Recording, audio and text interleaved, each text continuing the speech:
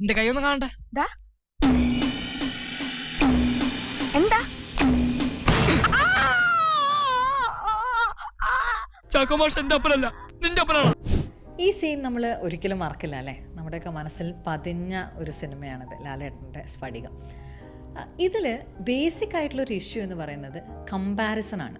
കുട്ടികളെ തമ്മിൽ കമ്പയർ ചെയ്യുന്നത് നമ്മളും പലപ്പോഴും ചെയ്യാറുണ്ട്, ഞാനടക്കം എല്ലാവരും ചെയ്യാറുണ്ട് അല്ലേ.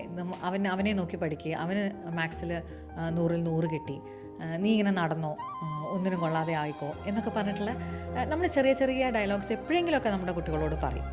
പക്ഷേ ഇത് ശരിക്കും അവർക്ക് ഉപകാരപ്പെടും.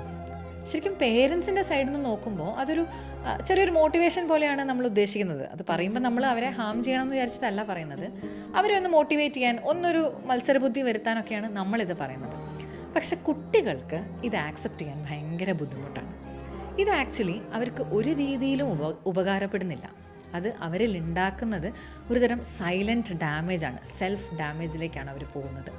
കാരണം ഇങ്ങനെ പറയുമ്പോൾ ഒരു കുട്ടിയുടെ പേഴ്സണാലിറ്റിയിൽ ആദ്യം വരുന്ന മാറ്റം എന്ന് പറയുന്നത് ലോ സെൽഫ് എസ്റ്റീമാണ്. എവിടെയും അവന് കോൺഫിഡൻസോട് കൂടിയിട്ട് അവനെ തന്നെ പ്രസൻറ്റ് ചെയ്യാൻ പറ്റില്ല. ആരുടെയും മുന്നിൽ അവൻ നല്ലതാണ്, അല്ലെങ്കിൽ ഞാൻ അതിൽ നല്ലതായിട്ട് ചെയ്യുന്ന ഒരാളാണ് എന്ന് അവന് സ്വയം വിശ്വസിക്കാൻ പറ്റില്ല. സോ എപ്പോഴും ഒരു സെൽഫ് ഡൗട്ടിലായിരിക്കും കുട്ടികൾ. എല്ലാ സമയത്തും ഇങ്ങനെ കമ്പാരിസണിലൂടെ പോകുന്ന കുട്ടികൾ കടന്നു പോവാം.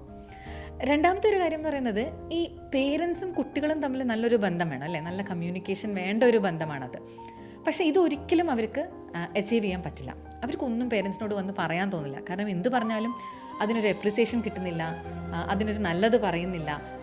എപ്പോഴും ഇങ്ങനെ ഒരു കമ്പാരിസണിലൂടെ പോകുമ്പോൾ അവർക്ക് പേരൻസുമായിട്ടുള്ളൊരു ബന്ധം ഭയങ്കരമായിട്ട് നഷ്ടപ്പെടും.